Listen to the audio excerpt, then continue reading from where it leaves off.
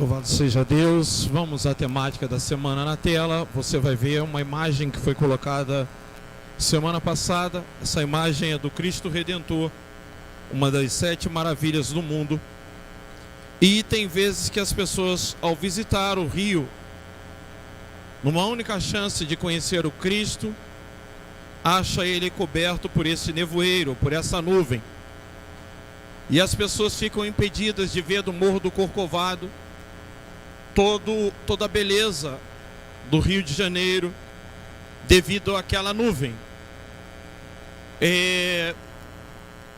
Às vezes essa nuvem, essa coisa embaçada que nos impede de ver Cristo claramente, são nosso testemunho, nosso mau testemunho para algumas pessoas. Os cuidados dessa vida, os desejos para essa vida. Então essa imagem do Cristo Redentor, com essas pessoas ali no pé dele, nos faz refletir que nós temos que tirar todo o nevoeiro e fazer com que as pessoas vejam Cristo de forma nítida e limpa. Na temática de hoje eu quero que você abra a sua Bíblia comigo no Evangelho de Lucas, no capítulo 12, a partir do versículo 13. E eu quero falar com vocês sobre algo muito perigoso. Muito perigoso mesmo. Perigoso para nós crentes, perigoso para quem vai ouvir isso nessa noite, vai sair daqui. Algo que esse pastor ilustrou com aquela corda, mas nós precisamos ver isso na Bíblia para entendermos que Jesus deu uma grande seriedade a este assunto daquele pequeno trechinho da corda, enquanto nós temos uma eternidade para viver.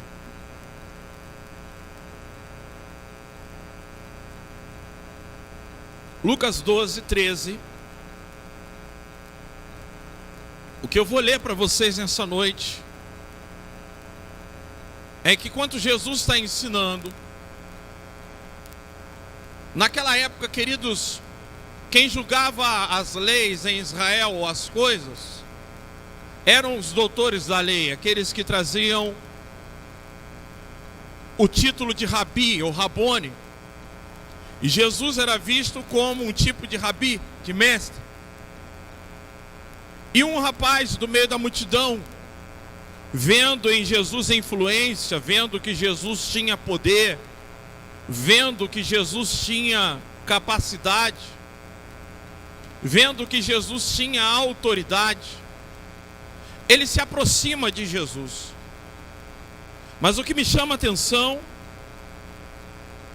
é a motivação com a qual ele se aproxima de Jesus. A motivação com a qual ele vem a Jesus. Isso vai nos ensinar algo muito importante como igreja, porque nós não podemos perder tempo com esse tipo de coisa que esse rapaz vai apresentar, porque a ideia do diabo é manter a igreja o máximo possível ocupada com coisas terrenas, problemas terrenos, situações, queridos, que não avançam, não progridem, ou coisas que não é para nós resolvermos, coisas que não é para nós nos envolvermos com elas. As pessoas acham que nós, por sermos cristãos, precisamos ter resposta para todas as coisas, enquanto na verdade o nosso foco deveria ser só uma coisa.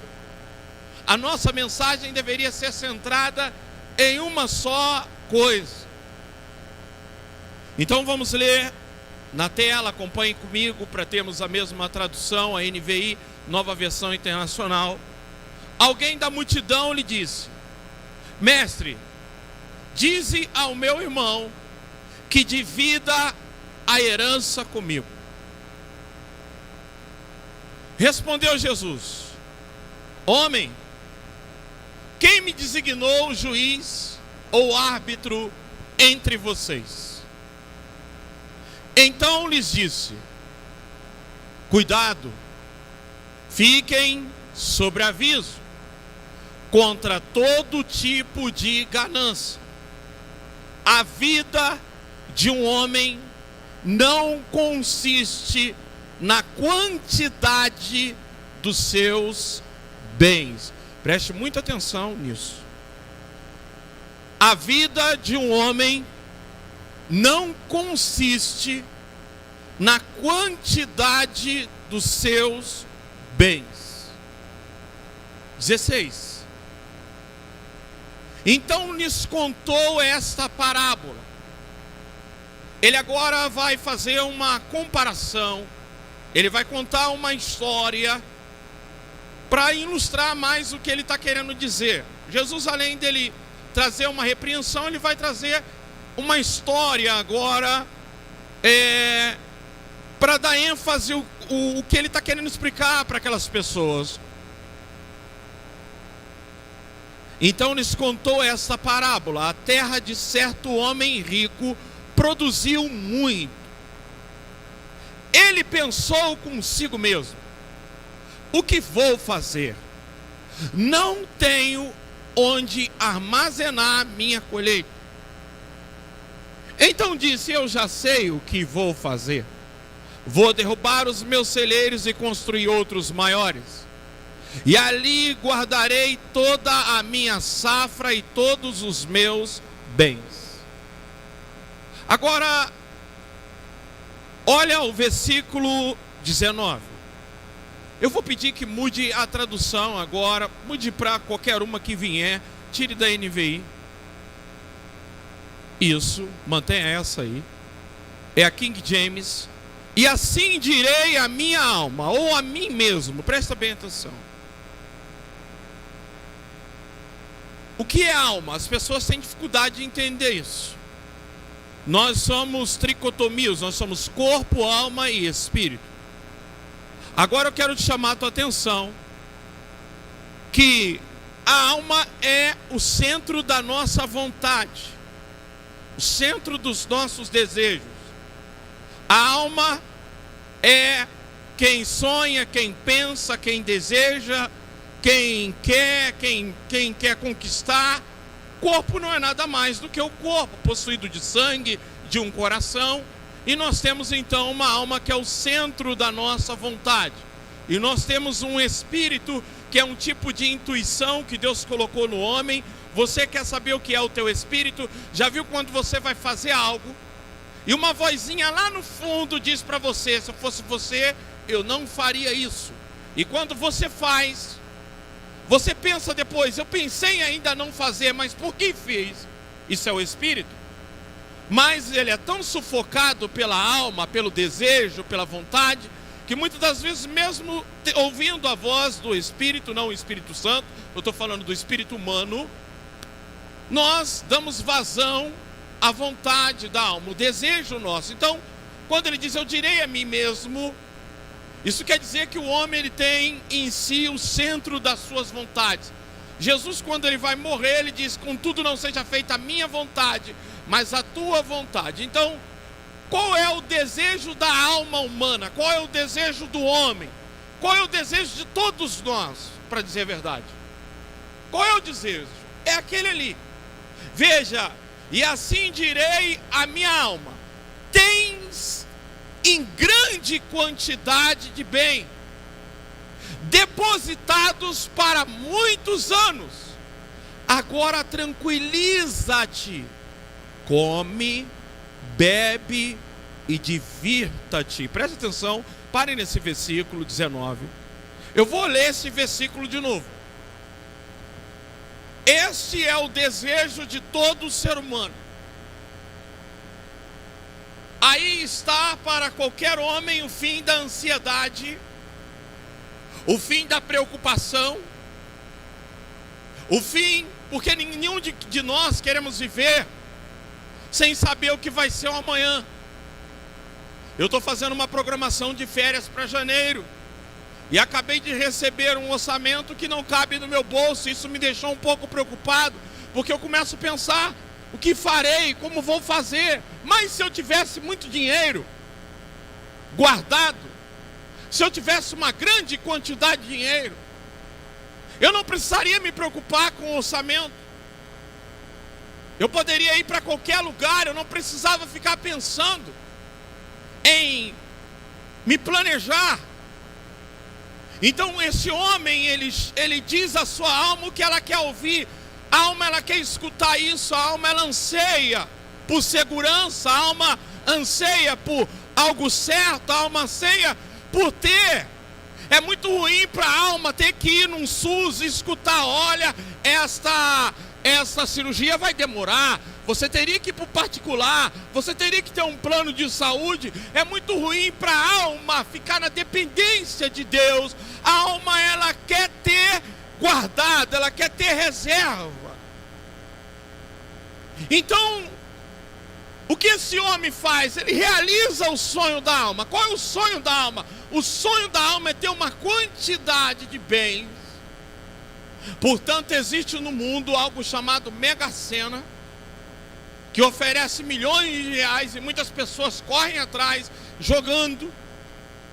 A cada dia mais os jogos de azar aumentam, porque o sonho do ser humano, e alguns até pensam algo bom a respeito disso, porque se tiver, ajudaria fulano, ajudaria ciclano, ajudaria Bertano. Então o que a gente pensa, o que a gente quer, ou o que a gente quer prometer à nossa alma, o que a gente quer dar à nossa alma, o que a gente quer dar à nossa família, ali está alguém que está realizando o desejo da alma, está cumprindo o desejo da alma. Ele está dizendo para a sua alma: alma, agora você não precisa ficar mais ansiosa, perturbada dentro de mim, preocupada. Alma, agora nós temos tudo, nós temos autonomia, nós temos para muitos anos em depósito. Agora é hora, alma, de comer, de divertir. E olha a palavra, agora tranquiliza-te. Isto um homem está dizendo para si mesmo ou para sua alma: minha alma, agora fica tranquila. Por quê? Porque a ausência de bens e de muitos bens, a ausência de coisas. Eu estava na academia ontem, o cara falava para o Murilo: corre nos Covabras, porque o contrafilé está R$30. Imagina, alguém está perturbado dentro da academia por causa do contrafilé. É engraçado, mas o ser humano, ele quer saber se vai ter carne no Natal, ele quer saber se vai ter um leitão, ele quer saber como é que vai ser o ano que vem. O ser humano, ele é muito ansioso. Então, o desejo do ser humano é chegar a um patamar de vida onde ele pode dizer para a sua alma: agora você tem, agora você possui, agora você não precisa mais ficar preocupada, agora você não tem mais que ficar pensando em que médico vai ir, para onde vai viajar, porque você tem muito e você tem para muitos anos. Esse é o sonho americano da alma. A alma anseia por isso. Bom, se a sua não anseia, desculpe, eu tenho que confessar, a minha anseia. Se a sua alma não anseia, se você não tem um desejo disso aí, eu te aconselho ir em casa agora e pegar tudo que você tem no banco e fazer um pix para mim, que eu sou doido para ter muito. Eu sou doido, queridos, porque eu estou preocupado com o IPVA do ano que vem. Eu estou preocupado com tantas coisas. Aliás, daqui a pouco eu quero dar maior ênfase nessa minha preocupação. Então nós vamos olhar que esse homem, ele alcança tudo o que é preciso. E Jesus está contando isso. Isso aqui não é uma verdade. Isso aqui é em resposta, ou perdão, pelo menos essa história aí não é um fato em si. Isso é uma resposta ao rapaz que se aproxima de Jesus e pede a Jesus que ordene ao irmão dele que lhe dê dinheiro. E Jesus percebe que aquele irmão, ou que aquele rapaz, está com uma cobiça, está com algo errado nele, está pensando algo errado. Eu quero dizer que é muito perigoso, e é muito assim sutil, nós nos aproximarmos de Jesus com uma intenção errada. Ou eu não digo errada, eu não digo que é errado você ter alguma coisa. Eu digo errado é você pensar tanto naquela coisa que você está esquecendo de outra. Que é você se concentrar tanto naquela coisa que você acaba abrindo mão da outra. Então nós vamos olhar que algumas pessoas, elas se aproximam de Cristo Existe um perigo terrível a pessoa se aproximar de Jesus com a preocupação de que Ele satisfaça os seus desejos somente para essa vida. Qual é? Resolver meu relacionamento, resolver minha questão de moradia, resolver minha questão financeira e etc. Esse rapaz se aproxima de Jesus e queria se prover da popularidade e autoridade de Jesus para que ele ordenasse a seu irmão que lhe desse a sua herança. Ele, na verdade, vê em Jesus uma boa oportunidade de conseguir o que deseja. Então a intenção desse rapaz ao se aproximar de Jesus, agora observe você, como eu e você temos que ser como Cristo nessa hora, porque nós estamos falando que a verdadeira igreja mostra Cristo para o mundo, e nós estamos, querido, numa concorrência tremenda, porque enquanto estamos dizendo para as pessoas que elas não devem só pensar nesta vida, existem grandes letreiros por aí dizendo a campanha para que você consiga o seu carro próprio, sua casa própria. Existe uma gama de propostas de um Deus que está te chamando para te dar bens temporários, para que você faça parte do reino dele, da igreja dele. Agora, nós precisamos estar atentos, porque algumas pessoas, a única coisa que elas querem de Jesus é resposta para o seu desejo momentâneo, a sua vontade momentânea, o seu anseio momentâneo de satisfazer alguma área da sua vida. E Jesus então ele vai dizer: eu vou mostrar um perigo para vocês, o perigo de conseguir o que se quer. E ele fala então que um homem ele conseguiu realizar o sonho da alma. E ele vira para essa alma, olha que coisa tremenda isso, irmãos, eu fico imaginando. O que é você olhar para o banco, ir lá e você ver letras que somem, que você não consegue nem calcular quanto que você tem. E você andar na rua e alguém te pedir uma ajuda e você poder ajudar sem fazer cálculo. Você entrar no mercado e poder pegar as coisas sem ficar com a calculadora calculando ali o que tem que pegar, o que não vai pegar, e se paga água esse mês, se paga a luz no outro, ou IPVA no um ou não. E você vai ver muitas coisas acontecendo. Mas ali não, ali ele chega a um ponto que ele diz: minha alma, fica tranquila. Tranquila agora você não precisa mais ficar inquieta. Você tem tudo o que você precisa. Aí ele vai citar o versículo 20. Contudo Deus lhe afirmou: tolo. Agora pode voltar para a NVI. Contudo Deus lhe disse: insensato ou louco, essa mesma noite a sua vida será exigida. Volta para King James. Contudo Deus lhe afirmou: tolo, essa mesma noite arrebatarei a tua alma, e todos os seus bens que tem entesourados, para quem ficarão? Essa noite você vai morrer, e os bens que você tem juntado vai ficar para quem? Vai ficar para quem? Então Jesus ele está dizendo que a gente corre o risco de viver tanto para essa vida, buscando tanto aqui segurança, buscando tanto aqui a conquistar o que se precisa, que esquece que podemos ter um infarto a qualquer momento, podemos ter uma morte retornando para casa. Olha, nós estamos cheios de exemplo.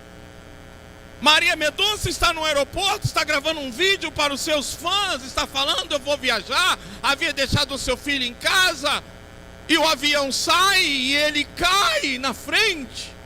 Uma noiva programa o seu casamento e ela vai de helicóptero para o seu casamento, e o helicóptero cai. o noivo está no casamento celebrando, e ele vai com a taça de champanhe para o lado de fora, e ele cai bêbado e quebra, e ela fura o seu basto e ele morre. Nós estamos cheios de exemplo na sociedade e diante de nós e perto de nós, de pessoas, queridos, que de uma hora para outra deixaram de existir. Esse vírus mesmo levou um monte de gente conhecida.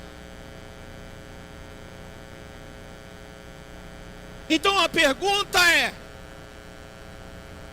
não seria insensatez viver só para esta vida e pensando só nesta vida e só para este momento?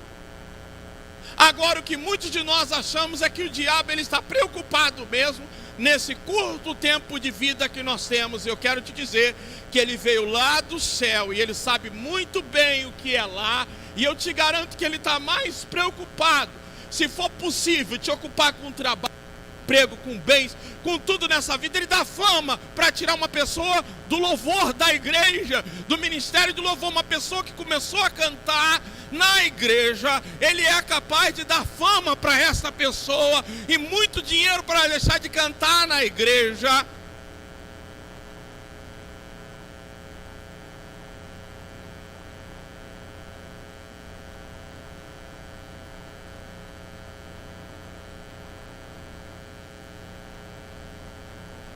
Contudo, Deus lhe afirmou: tolo, essa mesma noite arrebatarei a tua alma e todos os teus bens. Irmãos, eu vou confessar uma coisa para vocês, de todo o coração. Quem aqui que participar de um velório e ver no corpo do defunto um relógio de ouro ou de ouro, não vai depois lá no túmulo pegar o relógio?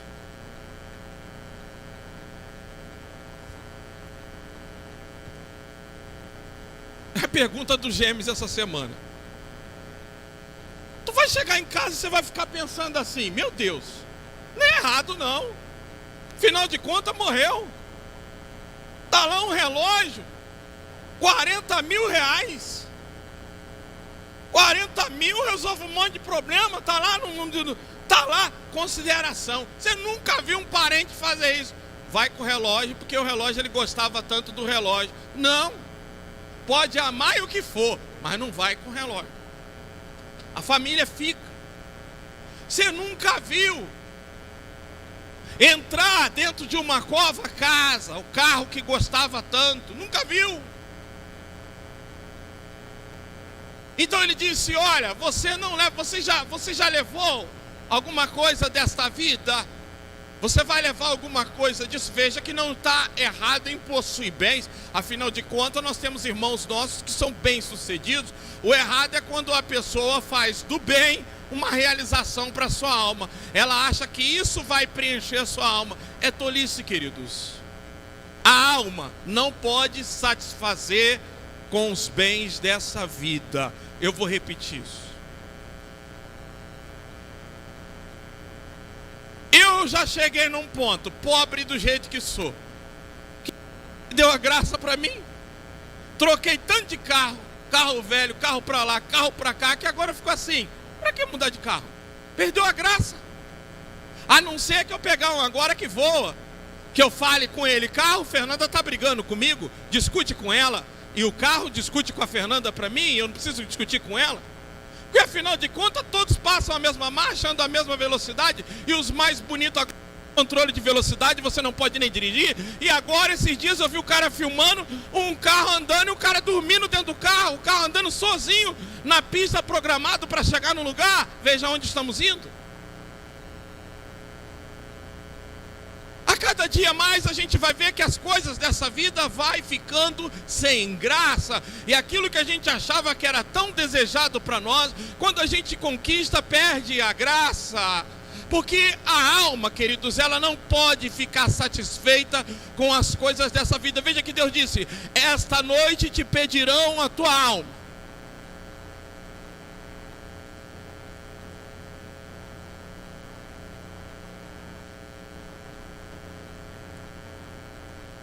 A alma anseia por satisfação. Direi a minha alma. Eu quero falar sobre dois tipos de pessoas que estão aqui nessa noite. E eu quero falar sobre dois tipos de pessoas que estão prometendo coisas à sua alma. O que você está prometendo à sua alma? Este está prometendo a alma: você tem tudo o que precisa ou deseja, sem precisar se preocupar.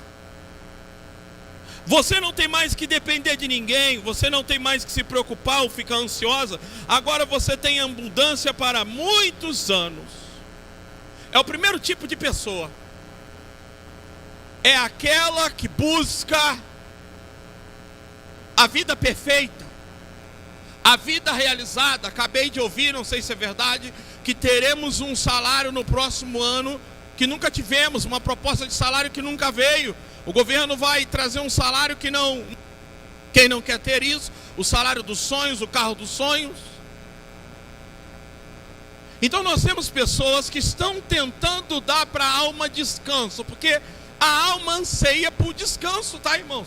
A alma anseia, nós vamos perceber que a alma, ela anseia por essa certeza, a alma anseia por essa segurança, a alma anseia por essa tranquilidade. A alma anseia por isso. A alma busca esse ponto de segurança. Então nós temos alguém que está buscando nesta vida ter tudo que precisa para dizer à sua alma: agora você pode ficar tranquilo. Só que nós temos outro tipo de pessoa. Salmos 42, versículo 5, fazendo outro tipo de promessa para a alma. Aqui é complicado. Olha lá. Aqui nós temos, eu não vou dizer que é um Salmos de Davi. Eu não pesquisei se é o Salmos de Davi, porque a gente tem costume de dizer que todos os salmos são de Davi, e não é. Então, mas nestes salmos, o salmista ele está dizendo o seguinte: é um cântico. Isso é um cântico em Israel. O livro de Salmos era o cântico dos judeus. Então eles cantavam isso. Então olha só o que eles cantavam: por que está assim tão abatida, ó minha alma? Por que te angustia dentro de mim? Deposita, repita comigo, deposita toda a tua esperança em Deus. O primeiro, ele não faz uma promessa, ele realiza. Minha alma, toma tudo que você queria. O segundo, ele está conversando também com a sua alma. O primeiro conversa com a sua alma dizendo: minha alma, agora você pode ficar tranquila porque você tem tudo. O segundo, ele está dizendo para a alma: olha, por que você está assim? Por que você está abatida? Porque você está angustiada dentro de mim? Porque a gente pensa que a ansiedade é uma coisa de agora. Irmãos, as pessoas de antigamente tinham ansiedade com roupa, com comida. Nós não temos ansiedade com roupa e com comida. As pessoas antigamente tinham ansiedade de descobrir qual era a doença que o filho tinha. A mulher, o seu filho estava sentindo dor de cabeça e dizia: mãe, ai minha dor de cabeça, ai minha cabeça. E ela não tinha aonde, o filho morreu no colo dela, o filho da Sulamita. Ela tinha ansiedade para descobrir. Hoje a gente consegue descobrir qualquer tipo de doença, identificar, dar nome. Imagine o que era aqueles tempos, sem televisão, sem poder ter exames, sem poder ter toda a ciência que nós temos. O salmista está dizendo: por que você está agitada, minha alma? Por que você está angustiada dentro de mim? Então ele está dizendo para a sua alma, ele está dizendo para você, para ele mesmo: deposita toda a sua esperança em Deus, pois ainda o louvarei por seu livramento, ele é o meu Salvador. Aqui tem um problema. Não existe uma resposta dizendo: o seu problema será resolvido, o seu problema será solucionado, o sonho será conquistado. Não. Ele diz: olha, coloca toda a sua esperança em Deus.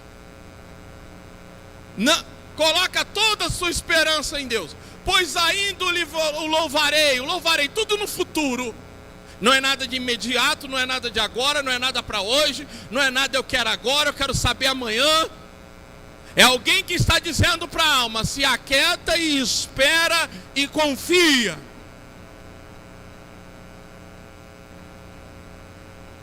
É alguém que está dando à alma uma esperança futura, mas está dizendo totalmente diferente: olha, minha alma, você não tem aqui as coisas que você está dizendo. Põe a tua esperança em Deus. Coloca a tua certeza em Deus. Coloca a sua vida em Deus. Irmãos, eu não gostaria de ler, mas saindo rapidamente desse texto, vamos para Tiago capítulo 4, versículo 13, porque lá explica melhor o que eu estou falando. Tiago 4, 13. Leiam comigo na tela. Agora, prestai atenção, vós que aclamais. Põe na NVI.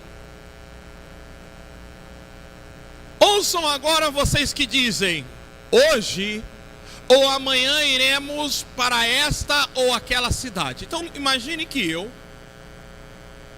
cheguei aqui na igreja e estava olhando a proposta para a viagem do ano que vem, em janeiro.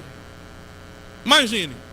Mas Deus está vendo que eu, pastor André, morrerei agora em dezembro, ou até durante essa semana, ou hoje mesmo. Quando sair desse culto, amanhã vocês vão saber que eu morri de um infarto, ou de alguma coisa, ou uma doença me veio. Agora imagine o desespero meu, quando a minha mente, o meu coração está focado nessa viagem de janeiro, quando todos os meus planos estão para essa viagem de janeiro. O tamanho da frustração, da tristeza, do pesar que isso pode causar na minha vida, porque eu acho que eu sou dono do meu destino, porque eu ofereci isso para minha alma. Eu fiz uma promessa para minha alma que eu não posso cumprir. Eu não posso prometer à minha alma que eu vou acordar amanhã vivo, eu não posso. Nós não podemos fazer esta promessa. Se você faz, você é louco. Você é uma louca. Porque nenhum de nós temos a certeza que amanhã seremos vivos. Nenhum de nós.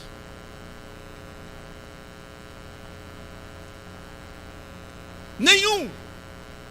Ouça agora vocês que dizem: hoje ou amanhã iremos para esta ou aquela cidade. Passaremos um ano ali, faremos negócio e ganharemos dinheiro.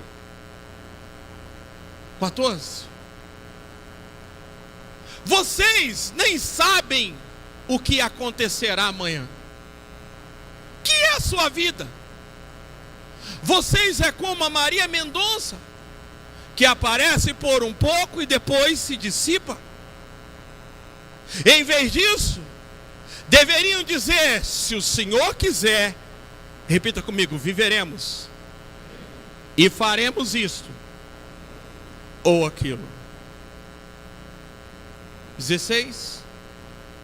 Agora, porém, vocês se vangloriam das suas pretensões. Toda vanglória como esta é maligna. Então, eu começo a dizer: eu vou chegar, eu vou conseguir, eu vou ser o campeão, eu vou fazer isso, e eu começo. Queridos, alguns até conseguiram, e você vai ver muitos relatos na internet de pessoas que fizeram esse tipo de planejamento e deu certo. Agora, o que a Bíblia está dizendo é que o problema é se der errado no percurso. O problema é que alguém, se está pensando em ser campeão de jiu-jitsu, tiver um acidente e perder os 2 braços e viver infeliz pro resto da vida, porque tudo que ele tinha em mente era ser campeão de jiu-jitsu. O problema é quando eu conheci alguém e casei com essa pessoa e coloquei no meu coração que viveria com ela pro resto da vida, e de repente ela morre, ou de repente ela me troca por alguém. É quando eu coloco a minha esperança em coisas, é quando eu deixo a minha alma se engodar por coisas. E quando eu perco essas coisas, eu perco o sentido da vida, eu perco a esperança daquela linha eterna, eu perco a fome, falta de mim uma perspectiva de que as coisas continuam. Está dizendo que isso é maligno. O ser humano, ele faz plano em linha reta e ele nunca calcula que as coisas podem dar errada. Então a Bíblia está dizendo que nós temos a mania de sofrer com antecedência.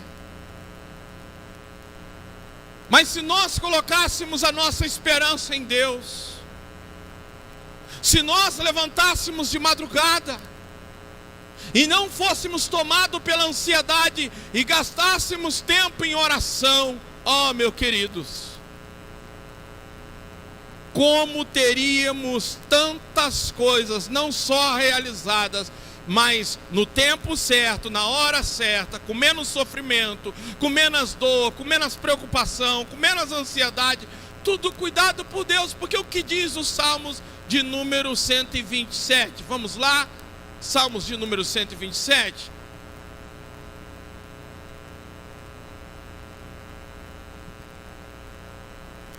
Vamos lá, vamos ler. Se não for o Senhor o construtor da casa, será inútil trabalhar na construção.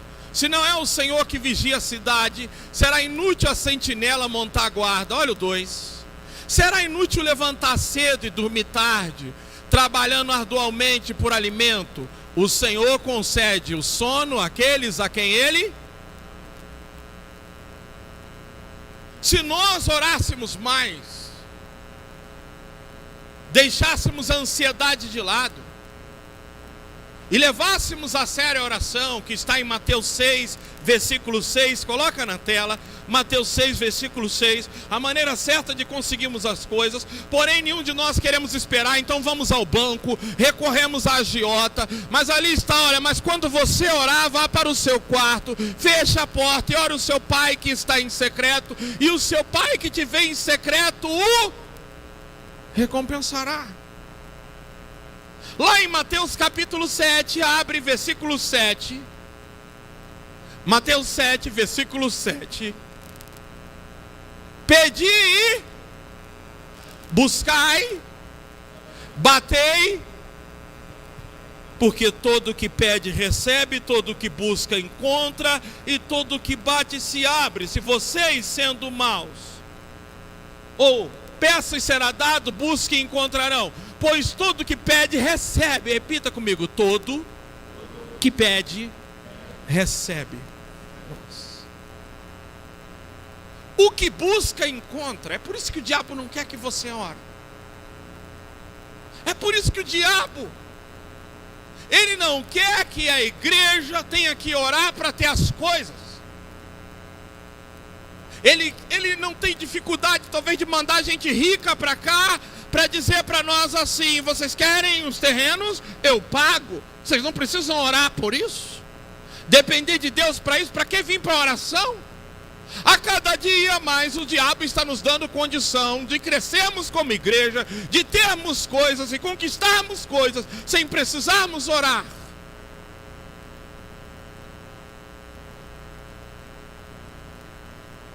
O diabo, ele quer nos afastar desse lugar chamado oração, porque ele diz que todo que pede recebe, o que busca encontra, e aquele que bate a porta será aberta.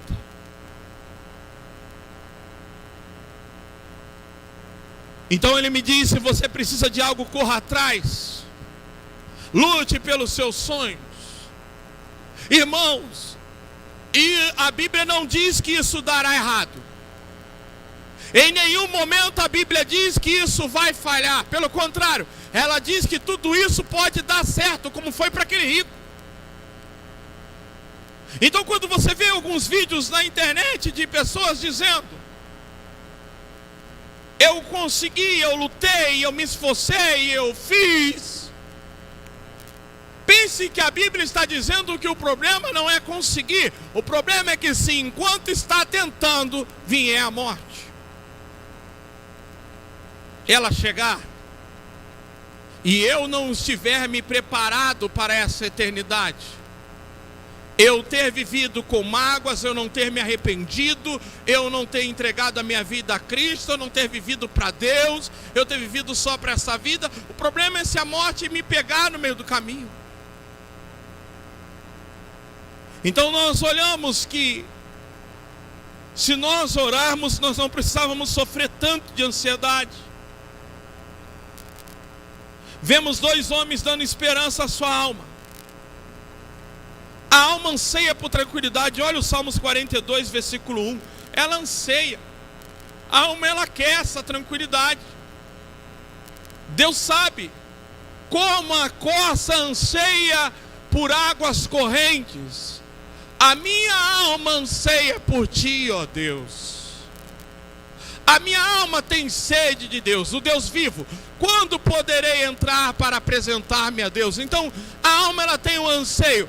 Você se engana que o anseio da alma é carro, é casa, é Mega Sena, é ter muitos bens. Você se engana, mas eu quero te mostrar biblicamente o verdadeiro anseio da alma. Por que que a alma é tão inquieta? Porque a alma é tão ansiosa? Não é porque falta dinheiro, não é porque falta comida. Não existe uma explicação para isso. Eclesiastes 3:11, coloca na tela. Olha lá. Porque a alma, ela é tão ansiosa e tão inquieta. Eu joguei no grupo da igreja até o versículo pronto aí, é só clicar em cima dele. E no WhatsApp do Guilherme. Está na King James, mas pode ser na NVI. Ele fez tudo apropriado ao seu tempo. Agora vamos ler, repita comigo. Também pôs no coração do homem o anseio pela eternidade.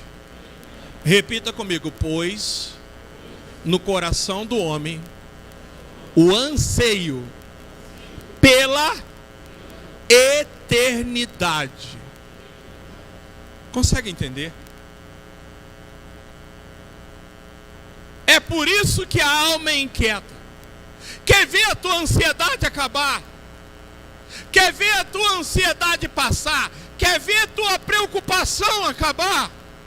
Entra no teu quarto, dobra os teus joelhos e fique em oração, até que a paz que excede todo entendimento, até que o Deus que nos criou, Ele de alguma forma, Ele venha e Ele comunique dentro de nós a sua voz, entre nós, dizendo: filho, eu estou no controle e você está no caminho. Nada mais traz tranquilidade para a alma do que isso. Nada mais descansa a alma. Porque o que essa alma tem, e que nós achamos que ela precisa, é de um bom casamento, é de um bom romance, é de um bom carro, uma boa casa, enquanto na verdade Deus colocou dentro de cada ser humano um anseio pela eternidade. Mesmo assim, ele não consegue compreender inteiramente o que Deus fez. Então o que a sua alma precisa é da certeza. Esses dias o diabo bagunçou com a minha vida. Eu acordei de manhã, me arrumei para ir para a academia, estava tão disposto. Sentei com a Fernanda no sofá, porque eu já sofri tantos altos e baixos financeiros. Chega dezembro, é sempre uma preocupação, porque a regional define o meu salário de acordo com a renda da igreja. Isso é decidido pelo pastor Joel em São Paulo. Então já teve ano de eu ter que vender carro, andar a pé, porque o meu salário é reduzido de repente, minhas contas ficam atrasadas. Isso até já me deu a ideia de que era legal abandonar a vida de pastor e arrumar uma profissão. Como é que eu vou ficar dependendo e confiando de Deus? Eu sentei com a Fernanda e eu disse para ela: não podemos retroceder mais, nós precisamos juntar. Nós temos que ter algo guardado. Então vamos fazer isso.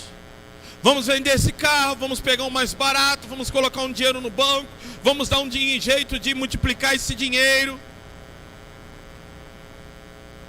Porque assim a gente não vai ter que ter preocupação com finanças, a gente não vai ter que ter preocupação com dinheiro. E a gente vai poder dar uma vida para os nossos filhos. Mas uma coisa estranha aconteceu.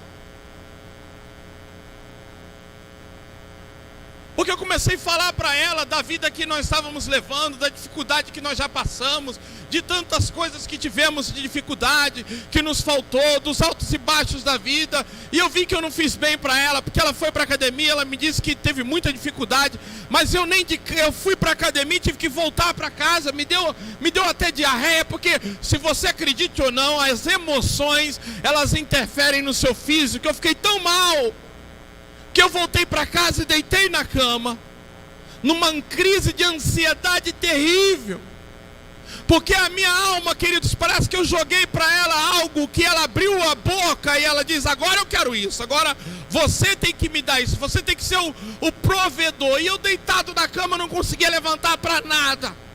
Eu comecei a passar mal, eu comecei a ter ataques de nervos, eu comecei a ter pânico, porque a Bíblia, a ansiedade, ela abre uma porta para o diabo. Olha lá, 1 Pedro 5:7. A ansiedade aproxima Satanás. Lançai sobre ele toda a sua ansiedade, porque ele tem cuidado de vós. Olha o 8. Estejam alertas e vigiem, o diabo, inimigo de vocês, anda ao redor como leão, rugindo, procurando a quem possa devorar. Então, no momento em que você deixa com que a ansiedade tome conta da sua vida, isso aproxima o diabo. E o diabo se aproximou de mim. E eu fiquei o dia inteiro deitado. Uma coisa muito estranha. O Espírito Santo havia falado comigo: você abriu a boca e deu legalidade ao inimigo quando você começou a querer ter o controle das coisas, quando você não quer mais viver pela fé. A Bíblia diz: o meu justo viverá pela fé.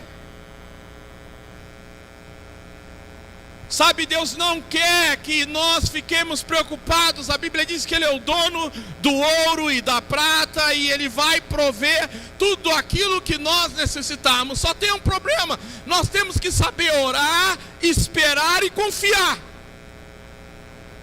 Mas nós não queremos, isso é muito difícil. Eu vou abrir o jogo para vocês. É muito difícil. Esses dias o Miguel precisou voltar para casa.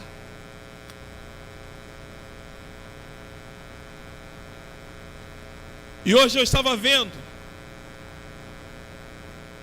Ele está dormindo lá na área, na cozinha.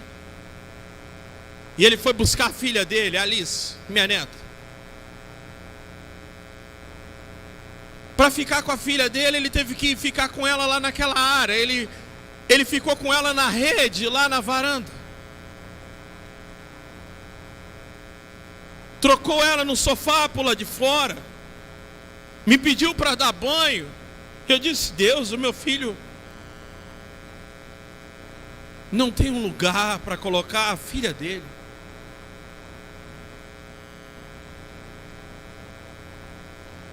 Sabe, porque quando a gente faz filhos, a gente não planeja. A gente pensa que fazer filho é engravidar, mas você tem que ter condição de educá-lo. Sabe, uma mulher e um homem se juntam e cisam, vamos fazer uma criança, um filho, e eles fazem um filho, mas quando essa criança nasce, eles não têm recursos para dar uma educação.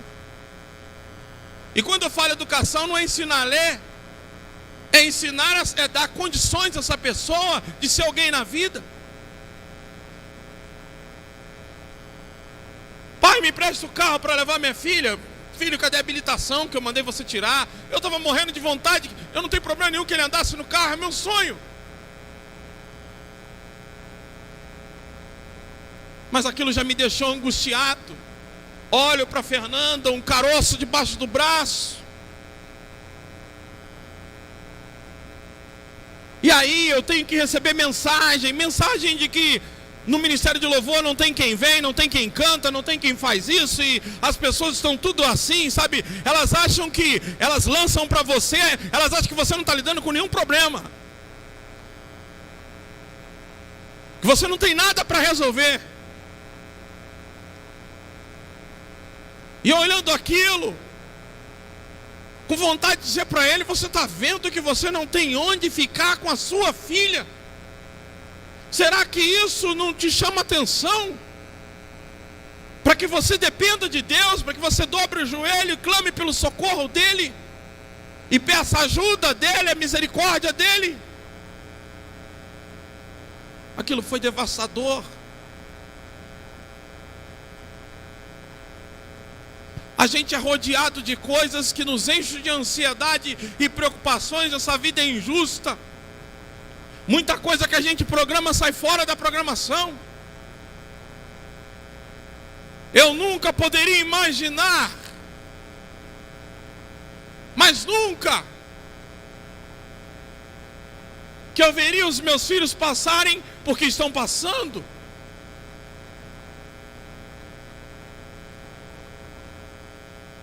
E às vezes, se a gente coloca os olhos só nessa vida, no momento, no agora, nós esquecemos que estamos vivendo em um tempo que ele é temporal.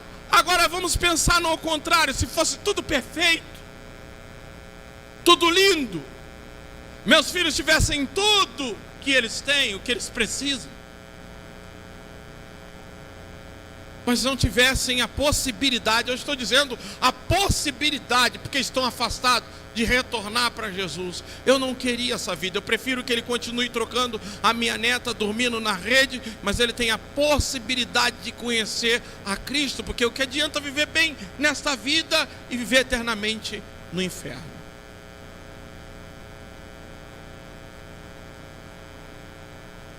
Mas a ansiedade, ela é uma porta gigantesca para o inimigo, porque nós estamos diante de uma sociedade que nos traz tantos desafios. Conseguir a casa própria, dê entrada do FGTS, pague em 35 anos, pague isso, pague aquilo, parcele em tantas vezes, e tudo parece tão difícil para nós.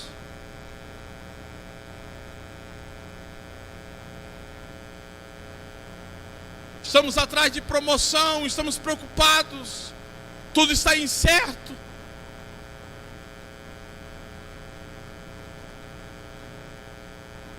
A pergunta é: o que estamos dando para a nossa alma?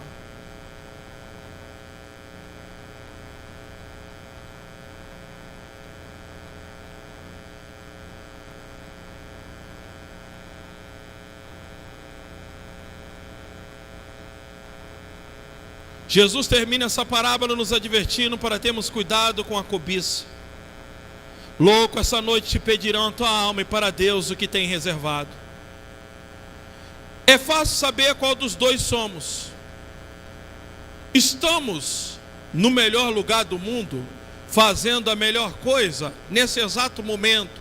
Você se sente no melhor lugar do mundo, satisfeito e sabendo que você está fazendo a melhor coisa. Essa é a sensação de estar nesse lugar, de estar diante do Senhor. É isso que você sente? Parabéns, não é isso que eu estou sentindo. Parabéns para você. Não é desse jeito que eu estou me sentindo. Eu estou lutando para me voltar a sentir. Eu estou lutando para voltar a viver o que eu vivi no ano de 97. Porque eu não sabia que ser pastor traria os seus cuidados. Quais são os cuidados? Hoje a gente tem que ter dinheiro para botar grade na igreja. Hoje a gente tem que ter dinheiro para arrumar microfone. Hoje a gente tem que ter dinheiro para comprar as coisas da mídia, para transmitir culto. Hoje a gente tem que ter dinheiro. Então me tornei pastor e eu percebo que dentro de uma igreja existem tantas necessidades e elas são trazidas a mim como pastor.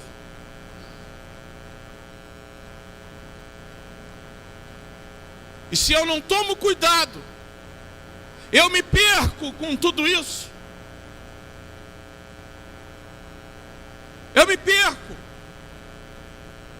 Porque ao invés de eu entrar aqui, igual eu entrava antigamente, fechar os meus olhos e participar do louvor e adorar a Deus, eu começo a me preocupar se tudo está funcionando como deveria, se as pessoas estão sentindo calor, se o ventilador está ligado, elas não vão voltar no outro culto, se não tiver o ar-condicionado, se tiver muito quente. Então isso traz tantas preocupações. Na verdade, se não tomamos cuidado, nós criamos tanta coisa dentro da igreja que rouba a nossa alegria, rouba a nossa paz. Eu estou falando agora, mas se esse microfone começar a falhar, ele chiar, já começa a ficar ruim para a gente já começa a perder a concentração, porque nós vamos nos acostumando dia após dia com coisas, com tecnologias. Se o carro está fazendo um barulho, a gente já começa a pensar, amanhã eu tenho que levar no mecânico, por que barulho é este? Enquanto antigamente a gente só saía andando.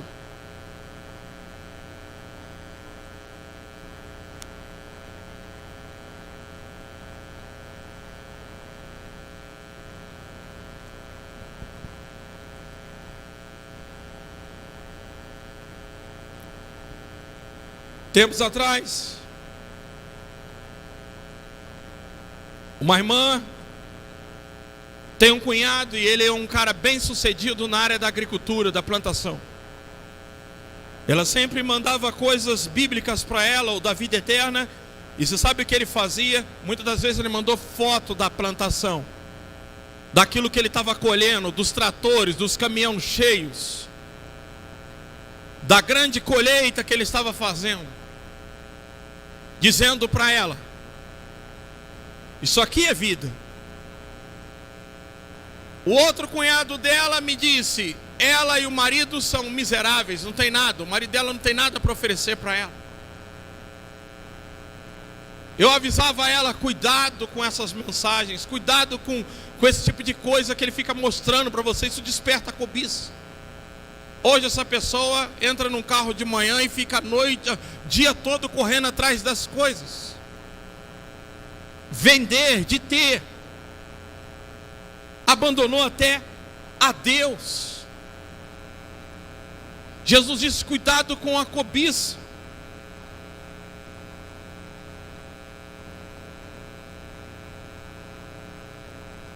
Eu não tenho dúvida que Deus concede bem aos seus filhos, irmãos. Eu não tenho dúvida. Nós vamos ensinar isso. Não é pecado ter, o que é pecado é achar que o ter é o suficiente, que o ter é tudo que precisamos, que o ter vai trazer realização à nossa vida.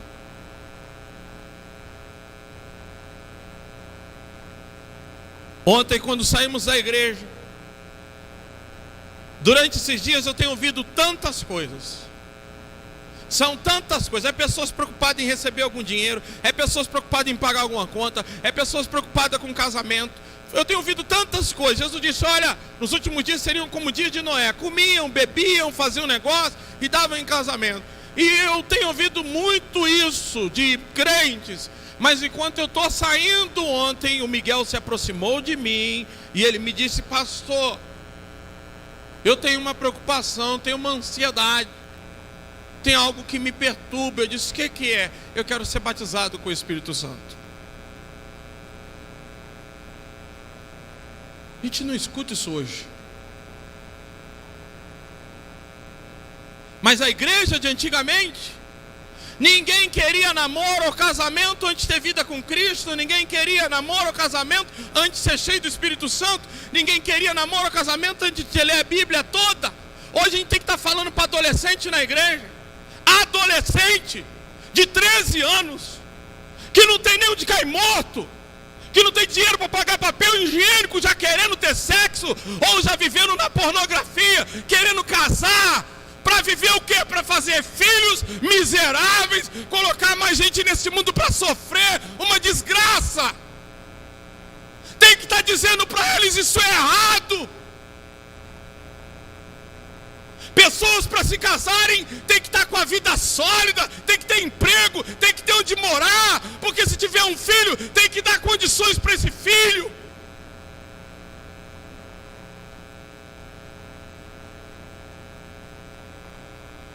E a gente tem que gastar tempo, ao invés de estar ensinando os jovens a ser cheios do Espírito Santo, temos que gastar tempo com gente que está cheio de prazer nessa vida, cheio de pornografia, infâmia. Jesus disse: eu não estou aqui para cuidar disso, essa não é a minha missão.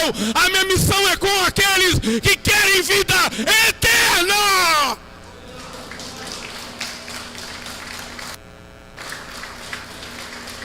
Isso está cansando, isso está esgotando, e Jesus não perdia tempo com isso.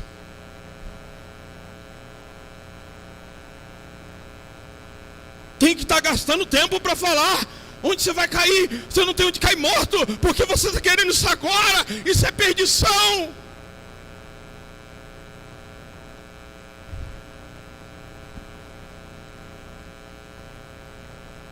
Eu aconselho qualquer adolescente ir lá em casa e me pedir para namorar a Gabi. Mas eu te aconselho a jejuar, para me pegar num dia legal, para você não sair de lá sem os dentes da boca. Porque para tirar minha filha de casa, vai ser por rebeldia dela, ou vai ser alguém que tem condição de dar um futuro para ela, porque eu não vou colocar a minha filha na mão de alguém que quer ter sexo, na mão de alguém que quer levar uma vidinha e trazer mais uma criança nesse mundo sem futuro. Não!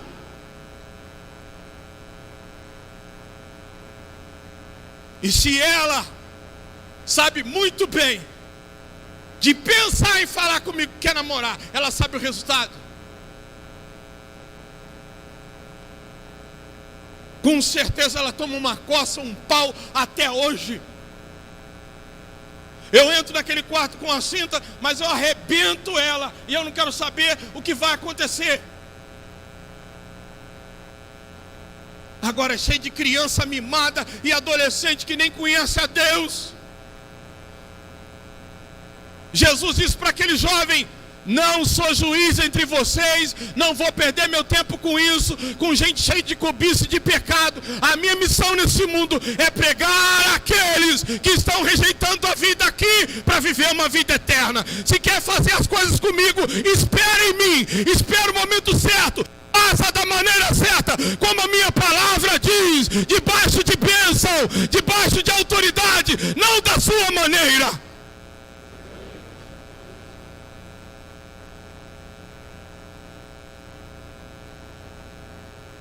Eu mandei um vídeo, o Rodrigo foi se batizar, e eu disse: você vai se batizar? Vai.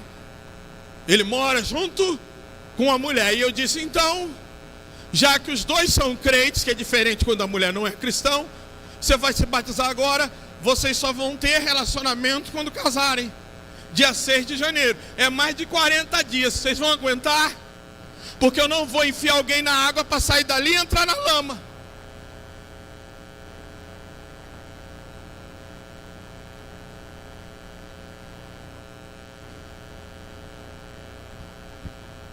Jesus não perdia tempo atendendo pessoas que querem falar com a gente sobre dinheiro, sobre as coisas dessa vida, sobre suas vontades, seus desejos. Ele dizia: eu não sou juiz, eu não sou psicólogo. Uma moça veio aqui uma vez me procurar e disse: pastor, olha, meu marido está lá em casa com a mala arrumada, eu quero saber se eu deixo ele sair ou se ele fica. Eu falei: você é crente?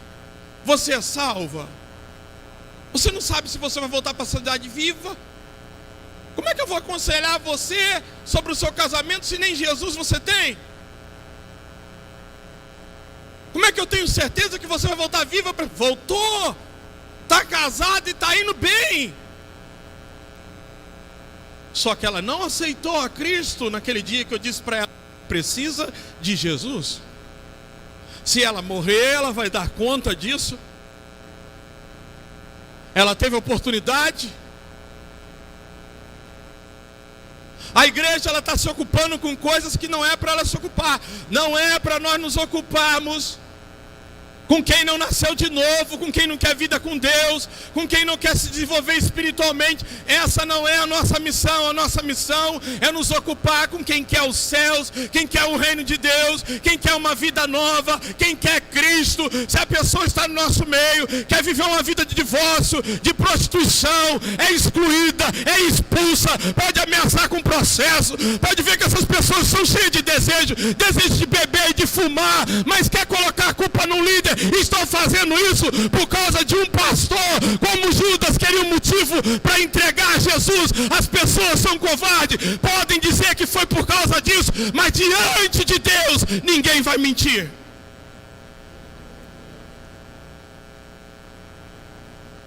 Sabe por que não fica aqui dentro? Nunca vai prosperar, porque pregamos o Evangelho, e o Evangelho revela o caráter, o Evangelho confronta.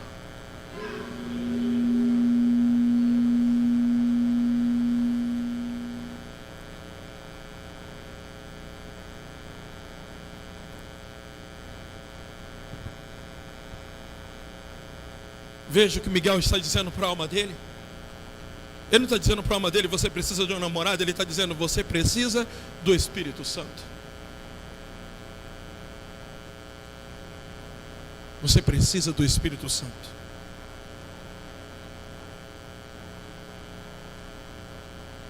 Sabe, há tantas coisas que você pode prometer à sua alma. Ela precisa ser treinada para desejar Deus, ou será treinada para desejar somente as coisas desta vida. A igreja precisa mostrar Jesus ao mundo como o único que pode satisfazer a alma.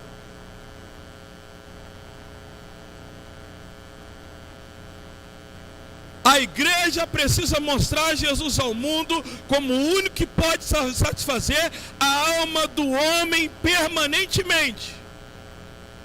Porém, para isso, essa igreja precisa estar com a sua alma satisfeita em Deus.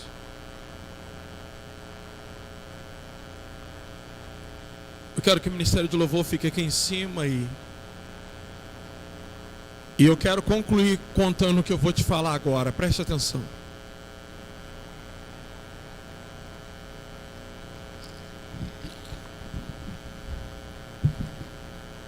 Eu peguei uma construção no Rio de Janeiro, na cidade de Petrópolis, em um condomínio, uma serra que ficava perto de uma pedreira. Quando chovia, os relâmpagos batiam naquela pedreira, um lugar muito frio. Soube de um amigo meu que havia tomado uns tiros e quase havia morrido, William. Chamei ele para trabalhar comigo. Ele havia tido uma filha por acidente. E essa filha, ele passou muita necessidade. Ele é de uma família muito pobre, mas ele fez uma promessa para si: minha filha não vai faltar as coisas. Então, ele roubava e roubava para dar para ela Danone, iogurte. Ele não tinha aquela percepção de dizer: posso morrer, isso é errado. Para ele não tinha isso. Ele dizia: ela não vai passar necessidade. Levei ele para trabalhar comigo. Comecei a levar eles no culto, falar de Jesus para ele.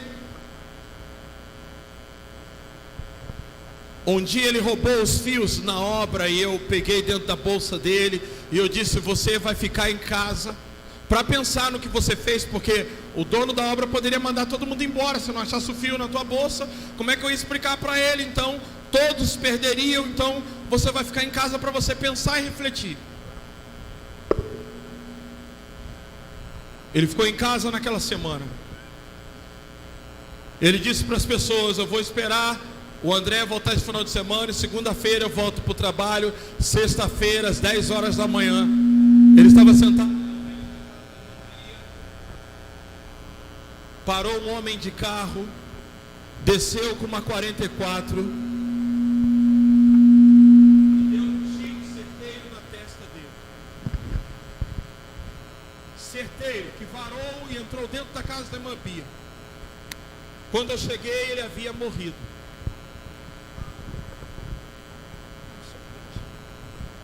Quando eu cheguei, ele havia morrido. Só que porque a bateria está cheia, o som. É só uma questão de esperar e mexer, porque a bateria dele está cheia. Uma coisa aí. Ele morreu, queridos. Mas o que eu quero te contar, o que é mais interessante, é que passou aproximadamente umas 3 semanas. Eu estava naquele mesmo lugar. E umas 3 horas da madrugada eu escutei um grito: André! Eu acordei. Veja, o que eu estou te contando não é uma coisa natural da Bíblia, ou normal da Bíblia, ou que você vai encontrar na Bíblia. Eu estou te falando de uma coisa que Deus fez comigo, é uma experiência espiritual. Eu acordei com ele gritando: André! Eu acordei e o Espírito Santo falou comigo: William lembrou agora de você lá no inferno, e eu fiz você escutar ele te chamando. Eu nunca mais esqueci isso.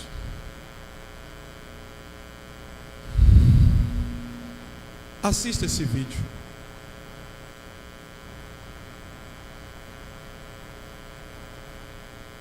O mundo vai sempre manter você olhando para...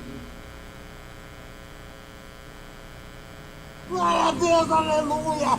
Glória a Deus! Marcos, olha aqui pra mim. Relaxa. Relaxa agora. Relaxa. Relaxa. Você tá bem? Só relaxa, tá? It's okay. Você voltou, velho. Você voltou. Você tá aqui. Deus é lindo! Ele é lindo. Deus é lindo, vocês não têm noção! Mark, open your eyes. Abre o olho pra mim. Relaxa. Olha aqui pra mim, Marcos. Deixa eu chorar. He said he wants to cry. Gente do céu, He's saying that he saw Jesus and he's beautiful. So. Pelo amor de Deus! Tá, então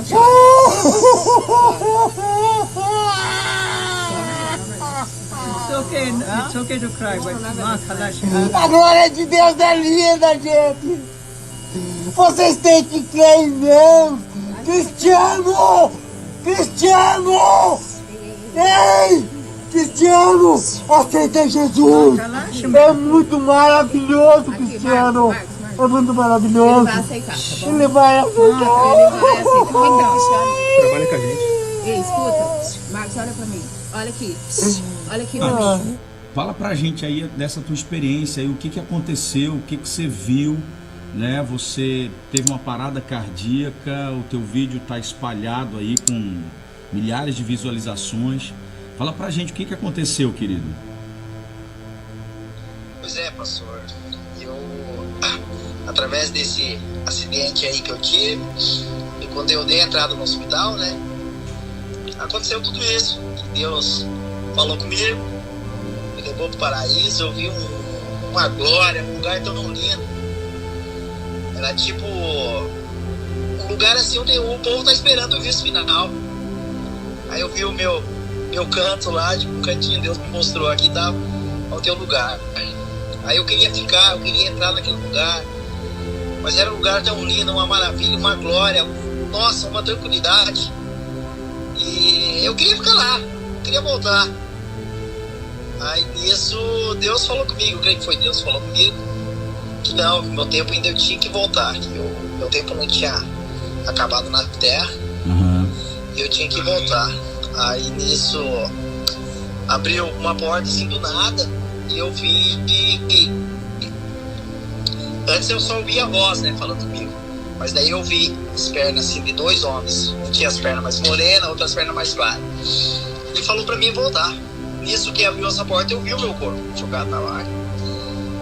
E aí eu vi ali, foi a hora que eu voltei. Mas antes disso, Deus falou pra mim: vai e avisa pro meu povo que eu tô voltando, eu tô mais próximo do que eles imaginam. E aí eu fiquei maravilhado, né, pastor? Porque, Imagina. nossa, uma glória tão linda, um lugar tão poderoso que não tem explicação. Muito bom, nossa. É uma glória tão grande que não tem explicação. Então, o povo que vai me assistir, tá vendo esse testemunho, que olha, se apega com Deus, porque o homem tá chegando. E foi impactante porque você já, quando voltou, já voltou glorificando, né? Isso é que ficou mais impactante, né? Deus. Não, era um lugar tão lindo. Eu não queria voltar, eu queria ficar lá. Eu queria ficar lá porque era tão maravilhoso, era, nossa, é inexplicável, Que maravilha. Isso aí, Querido, Deus te abençoe, tá? Fortaleça aí Amém. cada dia a tua fé. A gente está, claro, a gente ficou muito preocupado, mas ao mesmo tempo muito feliz com essa repercussão, porque foi manifestação da glória de Deus aí na tua vida, mais um sinal, Amém. né, de alerta aí, que Deus te use poderosamente, tá? Um abraço para toda a família aí. Amém.